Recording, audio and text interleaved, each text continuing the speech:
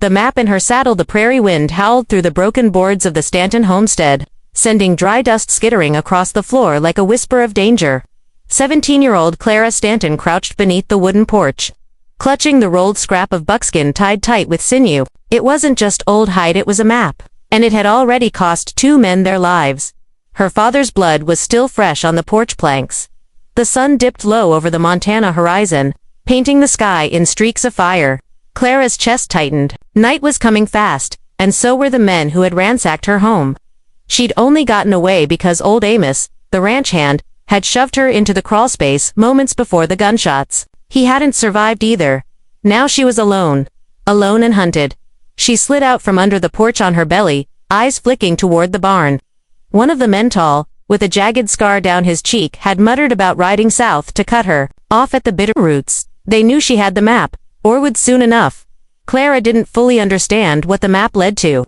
Her father had only told her, "It's from before the whites came, girl, and worth more than gold to the wrong kind of man." She ran for the barn, boots soft on packed dirt, heart slamming. The mare inside Dusty whinnied at her approach. Clara hushed her quickly, slinging the saddle over the horse's back with practiced hands. She tucked the map into a secret pocket under the saddle's flap, then mounted. She didn't look back at the house. She couldn't by dawn. Clara had crossed the river and made camp in a thicket of pine. Her hands trembled as she lit a small fire. She had enough jerky and dried apples for 3 days. Maybe 4, if she stretched it. The real danger wasn't starvation, it was being caught. Somewhere behind her, 3 men with rifles and blood on their boots were following. Somewhere ahead, miles of open land and the shadowed peaks of Crow territory. Clara stared into the flames, and did what she hadn't done since she was a child. She prayed. They found her trail by noon. In the high grasses near the foothills, Clara heard the crows first. Not birdsmen. Their calls sharp, echoing across the plain like whistles. Clara urged Dusty forward, but the mare balked, sides heaving. Something was wrong. Someone was near. She turned sharply and found herself face to face with a rider. He was Crow, unmistakably. Long black braids hung over his shoulders, and his painted face gave nothing away. He sat still as stone on a black stallion, eyes locked on hers. Clara froze. Then he looked past her, to the hills behind, and frowned. "I mean no harm," Clara said hoarsely. "I'm just passing through." The man didn't answer. Instead, he pointed toward her saddle. Panic rose in Clara's throat. "It's mine. My father gave it to me." Still silent, the warrior dismounted in one smooth motion and stepped toward her. Clara backed away, hand on the pistol at her side. He didn't reach for a weapon. Instead, he unhooked something from his belt, a small, feather-tied amulet, and held it up. Then, in perfect English, he said, "That map belongs to the old world. You don't understand, it's danger." Clara stared, heart pounding. "How do you know what I carry?" "I've seen the men hunting you, and I've seen what comes when that map falls into the wrong hands." She took a step back. "Why do you care?" He paused. "Because once, my brother died trying to keep that map hidden. You carry it now. That makes you part of this." Clara swallowed hard. "Are you going to take it?" "No," he said simply. "I'm going to help you run." Into Crowland. The Crow warrior's name was Dakota, which meant friend to all. Despite the name, his eyes held the sharpness of a hawk, and his grip on the reins was steady as stone. Clara didn't know whether to trust him or fear him. But as the sun climbed higher, the only thing certain was that running alone was a death sentence. They rode side by side across the rolling foothills, the dry grass whispering beneath Dusty's hooves and Dakota's stallion's steady stride. The sky stretched vast and endless above them, streaked with wisps of cirrus clouds that barely moved in the lazy summer breeze. Dakota said little, but his silence was not cold. It felt like careful listening, waiting for Clara to speak first. After miles, Clara broke the quiet. "Why help me?" Her voice was low, edged with suspicion. "You're Crow. Your people don't like white settlers wandering your land." Gaze didn't waver from the trail. "My brother believed the map must never fall into the wrong hands. He died for that belief. I will not let that happen again." Clara glanced sideways at him, feeling the weight of his words settle over her. She wasn't just carrying a piece of parchment. She was carrying a legacy, one worth dying for. "So, this map, what is it exactly?" she asked, curiosity pushing back fear. Dakota's expression softened slightly. It shows the locations of sacred crow lands and hidden treasures from before the white man came. But more than that, it reveals places where the earth itself seems alive with power.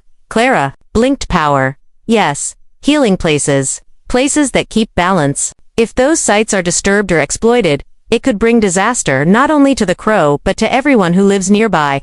She looked down at the worn leather pouch under her saddle flap, feeling the secret weight of the map again. Suddenly, the distant sound of hooves echoed faintly behind them. Tokoda's eyes narrowed. They are close. Clara's heart hammered. She knew who they were, the men who had killed her family and were now hunting her like a wolf after prey. Who are they? She whispered. Tokoda shook his head. Men who want the map for power and greed. If they find you, they will stop at nothing. The tension tightened in the air.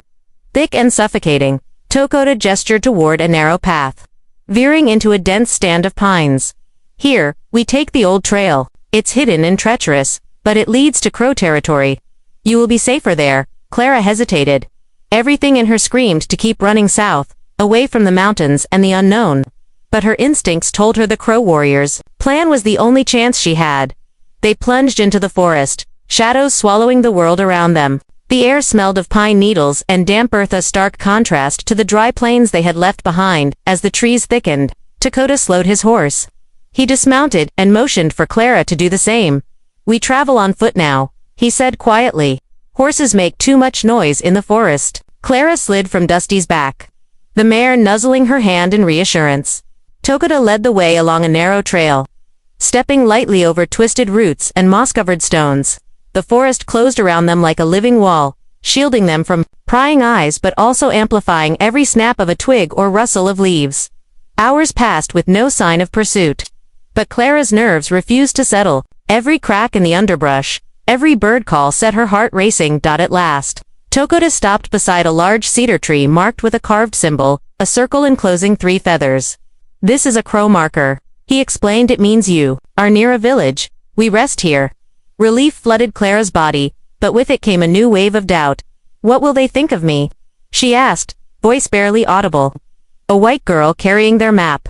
Tokoda's eyes met hers with quiet certainty. They will see you as the protector you are. She swallowed hard, unsure whether to hope or prepare for rejection. As they approached the village, smoke rose from low cabins nestled between the towering pines. Children's laughter drifted on the wind, mingling with the steady hum of life. Clara felt a strange tug in her chest, the pull of a new beginning, or perhaps the calm before another storm. Tokoda's hand rested briefly on her shoulder. Come, you are not alone anymore. The village of shadows. The village lay nestled deep within the pines, a cluster of wooden cabins and lodges that seemed to rise naturally from the earth itself. Smoke curled from stone chimneys, and the soft murmur of voices carried through the cool forest air. It was a world unlike anything Clara had known, quiet, grounded, and alive with a deep-rooted rhythm. Tokoda led her past a circle of elders seated beneath a large cottonwood tree, their faces weathered by time and stories. Their eyes flicked toward Clara, measuring her, weighing her presence like a breeze stirs the branches. She swallowed, feeling suddenly like an intruder. One elder, a man with a long white braid and piercing gray eyes, stepped forward. You carry a heavy burden, girl, he said, voice low and steady. Clara nodded, unable to find words. This map, the elder continued, is not merely ink and leather. It holds the secrets of our ancestors, the heart of our people's survival. Tokoda's voice broke the silence. Her father trusted her to keep it safe. We cannot let it fall into the hands of those who would use it to harm us all. The elder studied Clara closely. You have come far, but trust is earned here, not given. Clara's gaze dropped to the dirt beneath her boots. She had no choice but to accept the challenge. Over the following days, Clara learned the rhythms of the village, the daily chores, the quiet strength of the people, and the sacred rituals that tied them to the land. She found solace in the stories shared by the elders and the gentle laughter of children playing in the clearing. Yet beneath the surface she sensed an unspoken tension. The map was a spark in dry grass, and everyone knew the storm it could ignite. One evening, as the sun dipped behind the mountains, Tokoda brought Clara to a small clearing bathed in amber light. He handed her a small carved box made of cedar. This belonged to my brother, he said softly. Inside are things to protect you, gifts from the spirits. You will need them. Clara opened the box to find a polished stone, a bundle of sweetgrass, and a small flint knife with intricate etchings. Thank you. she whispered, touched by the gesture. Takoda's eyes held hers. You are not just running from danger, you are running towards something greater. That night, Clara lay awake beneath a blanket of stars, the sounds of the forest singing around her. She traced the edges of the map in her mind, wondering what secrets it held and what price she would pay to keep them safe. Suddenly, a sharp cry pierced the quiet. Clara sat up, heart pounding. From the edge of the village came the hurried footsteps of scouts. Takoda was instantly alert, his hand resting on the hilt of his knife. They are coming, he said grimly. The village erupted into controlled chaos. Elders called out instructions, warriors grabbed weapons, and children were ushered to safe places. Clara's breath caught. After days of hiding, the danger had finally arrived. Through the darkening trees, the glint of metal and the sound of shouting grew closer. Takoda's voice was calm but fierce. Stand with me. This is our home now. Clara gripped the flint knife tightly, feeling the weight of responsibility settle on her shoulders. As the attackers surged forward, a wave of determination swept through her. She would not let her father's sacrifice be in vain. This map was more than a secret, it was hope, and she was ready to fight for it. The siege night had fallen fully over the Crow village, and the air was thick with tension.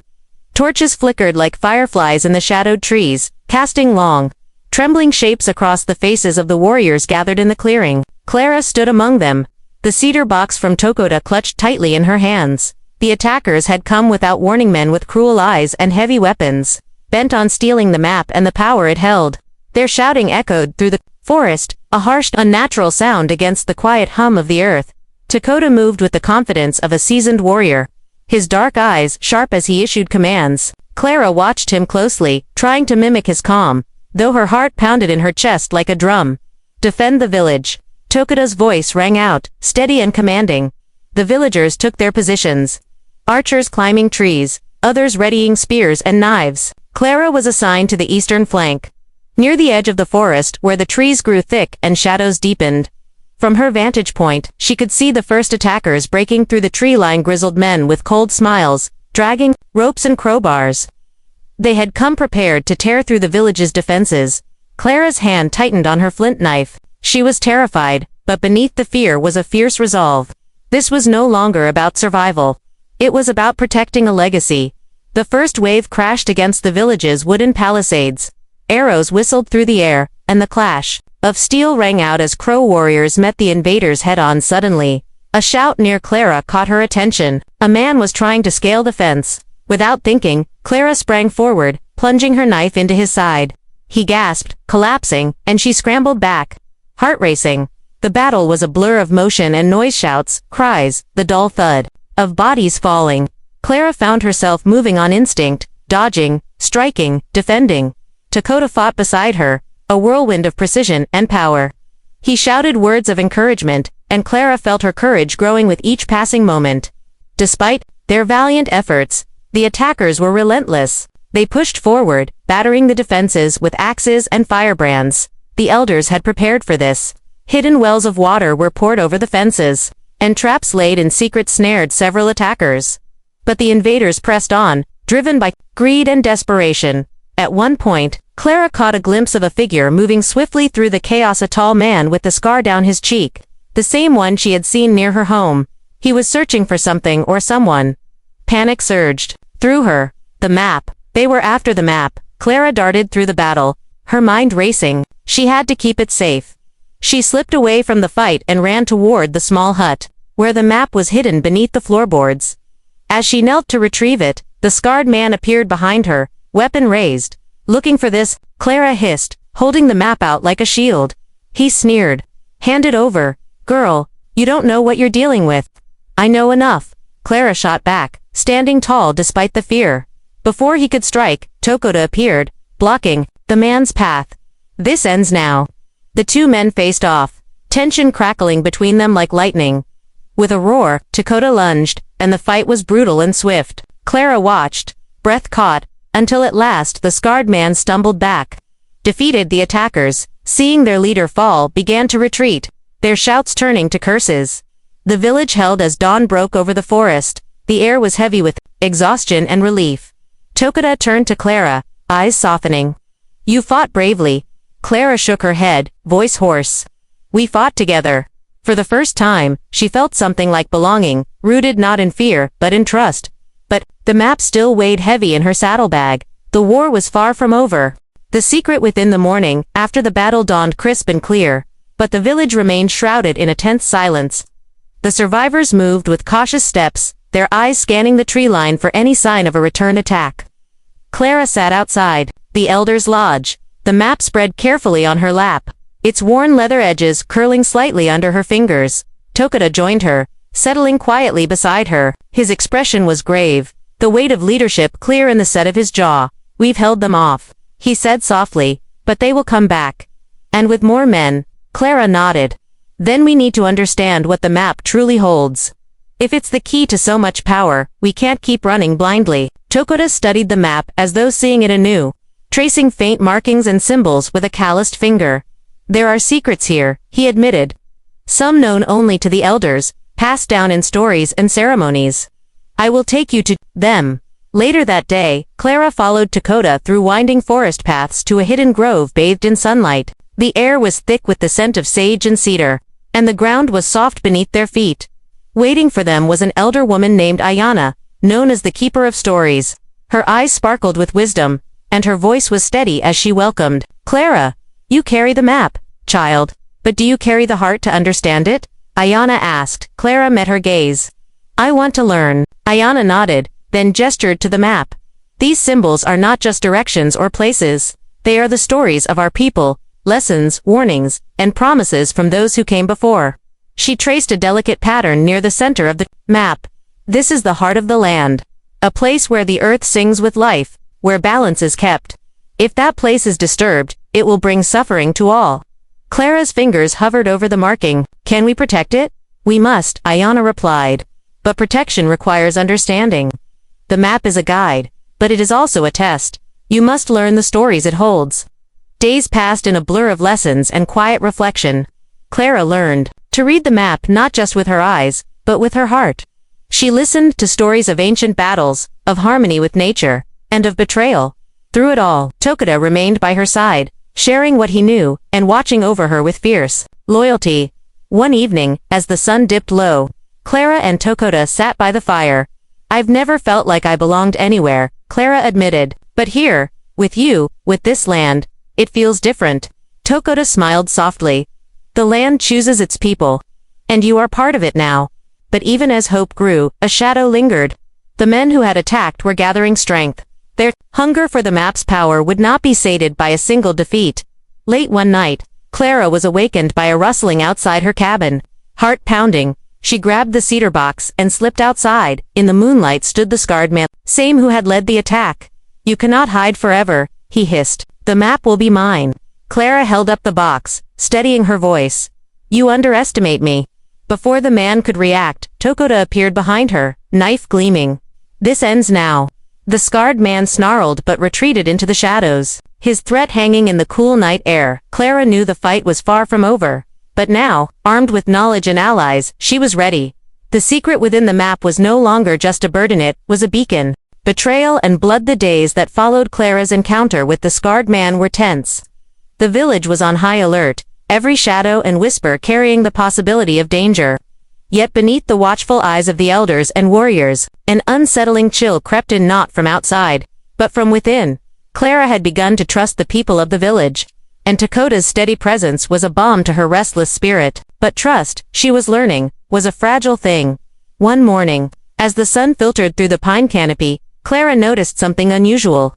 A young man named Kiona, a trusted warrior, had been acting strangely, avoiding her gaze and whispering in corners. The unease that settled in her gut was hard to ignore. That evening, she confronted Tokoda. "Something's wrong." "Kiona, he's hiding something." Tokoda's brow furrowed. "Kiona has been with us a long time. If he betrays us, it will be a blow we may not survive." They agreed to watch quietly, hoping to uncover the truth without alarming the village. But secrets have a way of slipping through cracks. Late that night, Clara heard hushed voices outside her cabin. She peeked through the window to see Kiona speaking with the scarred man, the one who had attacked before. Betrayal. The word thundered in her mind. She stepped outside, heart pounding. "Why?" she demanded. Kiona's eyes flashed with anger and fear.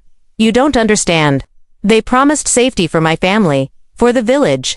You think you can protect us all, but the world is changing. We must adapt. Before she could reply, Tokoda appeared, knife drawn. You chose your path. Kiona, it is a path of blood. A fierce struggle erupted under the cold moonlight. Kiona lunged, but Tokoda was faster. The fight was brutal, raw, a clash of old loyalties and new fears. In the end, Kiona lay wounded. The weight of his betrayal, heavy in the night air. The village was shaken. The threat was no longer just from outside invaders, it was within their own ranks. Clara felt the burden deepen. The map was more than a secret. It was a test of their strength and unity. In the days that followed, the village prepared for what seemed inevitable, a larger attack from those who coveted the map's power. But Clara and Tokoda had a plan. Would use the map not only as a shield but as a guide to an ancient place, a hidden sanctuary where they could rally allies and unlock the map's true strength. With the village gathered beneath the towering cottonwood, Clara spoke with quiet authority. This map holds the key to our survival, she said, but only if we stand together. Tokoda stepped forward. Tomorrow, we journey to the heart of the land. There, we will find hope and a future worth fighting for. As the sun rose over the forest, casting golden light across the village, Clara felt the weight of the coming trials. Betrayal had left its mark, but it had also forged a deeper resolve. The path ahead was perilous, but she was no longer alone. The heart of the land, the morning air was cool and crisp as Clara, Tokoda, and a small band of trusted warriors set out from the village. The forest around them was alive with the song of birds and the rustle of leaves, but beneath that peaceful chorus lay an urgent pulse, the beat of destiny calling them forward. Clara rode Dusty with steady hands, the map safely secured beneath her saddle. Each mile carried them deeper into Crowland, toward a place whispered about in legends and guarded fiercely by the tribe's elders. The heart of the land. Tokoda rode beside her, his eyes scanning the shadows, his presence a shield against the unknown. The others followed quietly, their faces grim with purpose. For days they traveled, moving through dense forests, crossing rushing streams, and climbing rugged hills. The journey tested their endurance, but Clara felt something growing inside her, a connection to the land, the people, and the power of the map she carried. One evening, as the sun dipped low and painted the sky with crimson and gold, they arrived at a hidden valley. It was breathtaking, a circle of towering cedars encasing a crystal-clear spring, the water shimmering with an almost otherworldly glow. This is the heart, Tokoda said softly. Clara dismounted, stepping toward the spring. She knelt beside the water, feeling its cool touch ripple through her fingers. The air thrummed with energy, alive and pure. Ayana, the elder keeper, stepped forward from the shadows, her eyes gleaming. The land speaks here, she said. It holds the balance between all things, life and death, light and shadow. The map brought you to this place because you carry the responsibility to protect it. Clara looked up, determination blazing in her eyes. We will defend it, whatever comes. But even as they prepared to make their stand, the sound of hooves thundered in the distance. The men who had hunted Clara, the scarred leader, and his growing band had found them. Tokoda's warriors readied themselves, weapons drawn. Clara clutched the map tightly, knowing that the battle to come would decide more than just their lives. It would determine the future of the land itself. The attackers charged, their faces twisted with greed and hatred. Arrows flew, steel clashed, and the valley echoed with the cries of battle. In the midst of the chaos, Clara spotted the scarred man moving toward the spring, his eyes fixed on the glowing water. No, she shouted, racing to intercept him. They collided near the edge of the pool, struggling fiercely. The scarred man snarled, but Clara's resolve was unbreakable. With a final burst of strength, she pushed him back. His footing slipped, and he fell into the spring's shimmering depths. The water erupted in a brilliant flash of light, blinding all who watched. When the light faded, the valley was silent. The attackers had fled, their greed broken by the power of the land itself. Clara stood at the water's edge, breathing hard, the map warm against her side. Tokoda joined her, his eyes full of pride. You have protected the heart, he said, and with it, our future. The village would remember this day, the day a frontier girl and a crow warrior stood together to defend a secret older than time. Clara knew the road ahead would still hold challenges, but she no longer feared the unknown. The map was not just a deadly secret, it was a promise. A promise that with courage, trust, and unity, even the most unlikely allies could change the course of history. And together, they would guard the heart of the land.